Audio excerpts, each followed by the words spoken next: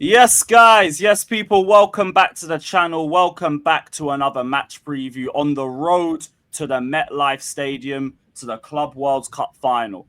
And for both of us, I think we're kind of better off in this bracket as well. So, I think there's optimism's kind of grown a little bit. Obviously, we got Northside on the panel as well. And he's not just an Arsenal fan; he's a Benfica fan as well. The first thing I want to say is we're going to save you the Arsenal discussion. We ain't going to mention that club's name other than now. So it's only going to be Benfica, Benfica, Benfica. But how you been, bro? How's everything, man? And great to have you back on as well. Now, big up, man. Love for having me on. Good. You already know, man. Life's good. Outside of football, life's fantastic. You get what I mean? That's how it is. I'm glad for that, though. Everyone, make sure you're subbed as well. I assume most of you have done so by now. Northside's been a regular on here for over a year. If any of you guys haven't done it, you fraudulent as hell. But big up, like, subscribe, sub to my channel, sub to Northside's channel. And, bro, let's talk Benfica because I won't even pretend. Most of my guys know it as well. I'm very happy to say if I don't know something. I don't really know too much about Benfica. I locked into your game against Bayern. Good defensive performance. Even then, Bayern also wasted a ton of chances. Leroy Sané was out there looking like Mikhailo Mudryk. But how are you feeling about Benfica's season and how far you can go in the Club World Cup? Because ultimately, we're both in the better side of the bracket. Where I'm feeling confident, you're going to feel confident a little bit yourself. So how are you feeling? Yeah, like I had no confidence. Obviously, Benfica, we obviously Ruben Amorim going to Man United. When he left, I think there were 10 points ahead of us in the league. And literally, we clawed back most of those points. We got in a title race till the last day, but we bottled it. Our last 3 games, we didn't pick up maximum points, and we gave it to Sporting. And not only did we do that, because we also had a Lisbon derby in the cup after the season was wrapped up, and we lost convincingly to Sporting Lisbon. So yeah, man, I'm not a great fan. I'm not a big fan at all of Bruno Lage. For me, he deserves to be sacked. We won what is the equivalent as the Portuguese Carabao Cup, as the biggest club, the most successful club in Portugal. For me, it's not good enough. It's not a good enough return, especially for the amount of money that we spend on players within the Portuguese league. It's not good enough of a return. So I feel like we've been all over the place. And to be honest, like, going into the Bayern game, I had zero confidence. Our defense has been all over the place. Antonio Silva, there was talks about him going to Man United. I was hoping I'd take 50 million. I'd take 40 million for him. He's been atrocious. But then again, he hasn't really been helped with Otamendi. He doesn't. He's supposed to bring the experience at the back, but he's so rash. He reminds me of David Luiz-esque, but even worse. He's rash. He doesn't read the game properly. A lot of times he takes strikers out. His awareness is appalling. And Antonio Silva, as a young centre back, you already know they need to be next to an experienced centre back that's showing them through. And to be fair to him, he hasn't had that centre back partnership that can help him and develop him the way Ruben Dias had when he was at Benfica. So defensively, we've been atrocious, and I think our biggest Achilles heel has been our defense. And Trubin has been the guy that's been saving us this season. I can't lie; it would have been really ugly if we didn't have Trubin, and he saved us again against Bayern Munich as well, because they should have scored multiple goals, even though we defended well. And it just goes to show that we don't have a proper backup. Like our defense is incomplete. That's the best way I can say. Like Alvaro Fernandes on the left hand side is very good. And then you've got Trubin that's very good. And the other 3 are horrendous. Antonio Silva as well. Yeah, horrendous. That's a defender we've been linked with for a while. Damn. Brother. Let me guess. Inexperienced, not ready yet to lead the line by himself or to be the leader. Yeah. Maybe he can perform better in a better setup. I mean, I will give him the only benefit of the doubt I'll give him is he's not under a very good defensive structure.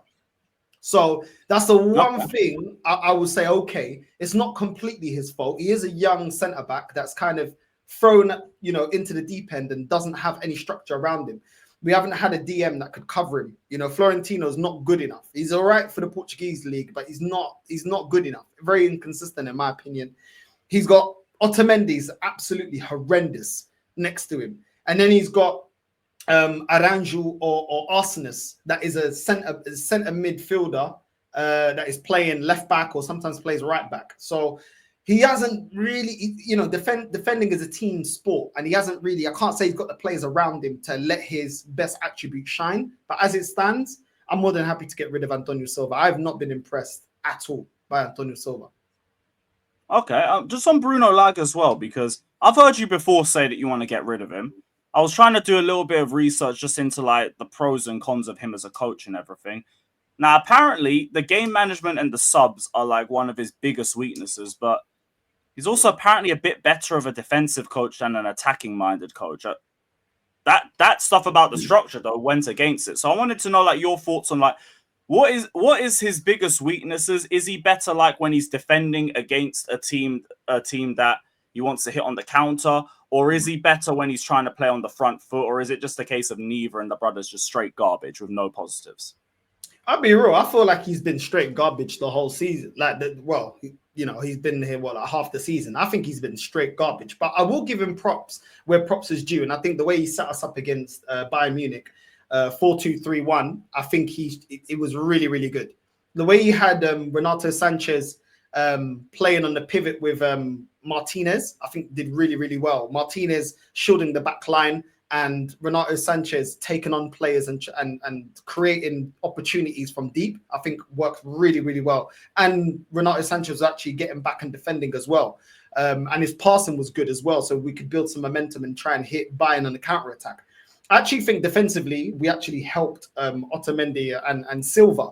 But even though we played very, very well defensively, especially in the first half, I think in the second half, you started seeing that we lack those individuals in defense that have that quality to win the ball back and win their 1v1 duels. You could see it as soon as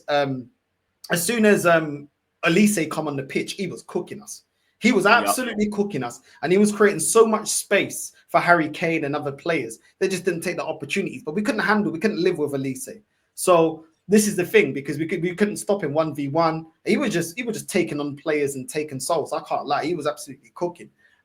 He played really well against us, to be fair, but I think he actually got the balance a lot better.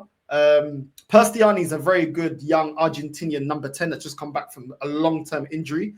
But before his injury, he was actually performing really, really well. And I actually think he's one of those midfielders that could potentially be our next big star.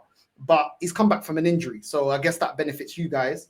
Di Maria, he's been our best player for a long time, but the last couple of months, you could see that it's catching up with him. Like his age is catching up with him. He loses the ball. I think in the first 10 minutes, he lost the ball like 4 times.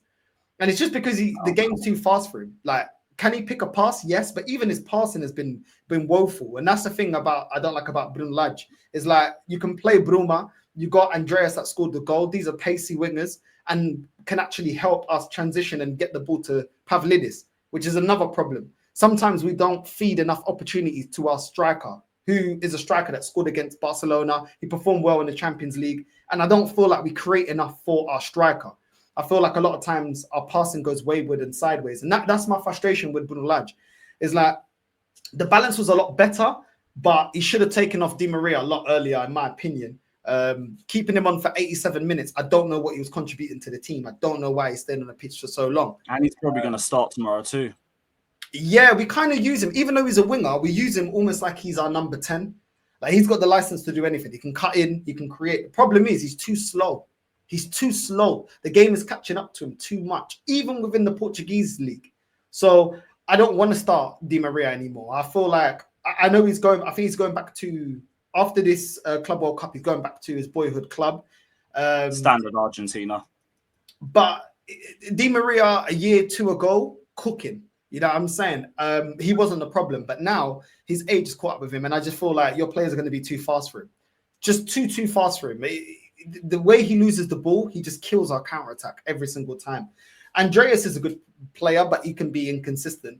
And like I said, our number 10, there's too many players at this club that are just mediocre, like cockshoe. So who would you say your danger men are then? Because I had Di Maria down as one just off name rights. But if you're saying this about him, Cucurella's had 90 minutes off in midweek when we played Esperance. So I expect him to clamp him up then.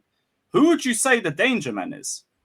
I think Thiago Gouveia can do a job. But the main guys is Andreas, Aktoglu, a Turkish winger. He's actually done really, really well.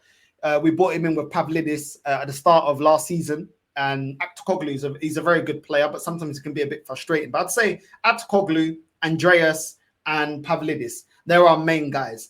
Renato Sanchez has been trash, but I can't lie, he's stepped up against Bayern. He definitely stepped up. And if he plays like that, then we can actually transition properly with the ball. And Martins as well. He's got the legs that Florentino doesn't have in the midfield to win the ball back and pass it to Renato and go forward. Perstiani, I think it's just too early for me to ask him to hit form. He's come back from a very long injury, but he's a very good player. Very, very good player, one for the future. So yeah, mainly Andreas, Pavlidis, and Aktoglu. For me, they're our best. They're our three most consistent players. Damn, I can't lie. Like, I expect this to still be a competitive match, but what you're telling me is giving me a lot more optimism for this game. I ain't trying to do too much because I always say if it's Chelsea Football Club, our biggest enemies, the only problem in front of us in success is Chelsea Football Club. Our ability to shoot ourselves in the foot is generational. So I hope that don't happen, but I won't lie. A lot of what you're saying is giving me a bit of optimism. How do you feel like the game's going? What would you have as an honest score prediction? I know you want Benfica to win. I respect that. But, like, how do you feel like the game's going to go? Like I said, I can't trust this defense. I can't trust this defense. And like I said, as much as we played well in the first half against Bayern, second half, they should have put us to the sword. I'll be honest, with the opportunities that they were given. So it's kind of like, can we frustrate Chelsea? Yeah, we can. We can frustrate you. We frustrated Bayern. So it kind of depends what Chelsea turn up. If you guys, if it's a clinical Chelsea that turn up, then we can be put to the sword. I can't lie. Like, I don't know. If we win, it'll probably be 1-0 if we win. But I still expect you guys to win the game. I can't lie. I feel like you guys will exploit the fact that we've got certain players that are too slow, certain individuals that are not good enough, especially down that right-hand side, Di Maria, Arsenis. Dow actually played quite well, to be fair, at left back. And Otamendi. I reckon you guys will end up frustrating Otamendi. But I've seen you guys sometimes play this shoehorn football, this kind of, where you don't penetrate teams, where you don't take opportunities. And we got a good goalkeeper. We got a good shot stopper, and if we play the midfield of Sanchez and Martins, I could see us frustrating you guys. If you had a proper target man at your club, I mean, I know you got the new striker that you got in now, but we'll see what the lap does. But yeah. It's been a nice start. I ain't trying to do too much because I remember Jackson 2023 pre-season had me talking all sorts of craziness. So it's been a good start. Keep the goals coming. And yeah, just welcome to the club and all of that. But Northside, thank you for jumping on. Thank you for giving us your time. It's been great to get a little idea of what things have been like in Benfica. Obviously, Northside's going to be doing a watch along same way as myself. I'm probably going to end up leaving early, so if I do, I'm going to redirect straight over. And we're going to be running a review on his channel the day after the game as well. So everybody sub over there, hit the bell notification button. You'll be the first to know whenever any content drops. And big up everybody. Like, subscribe. Let us know your thoughts down in the comment section below.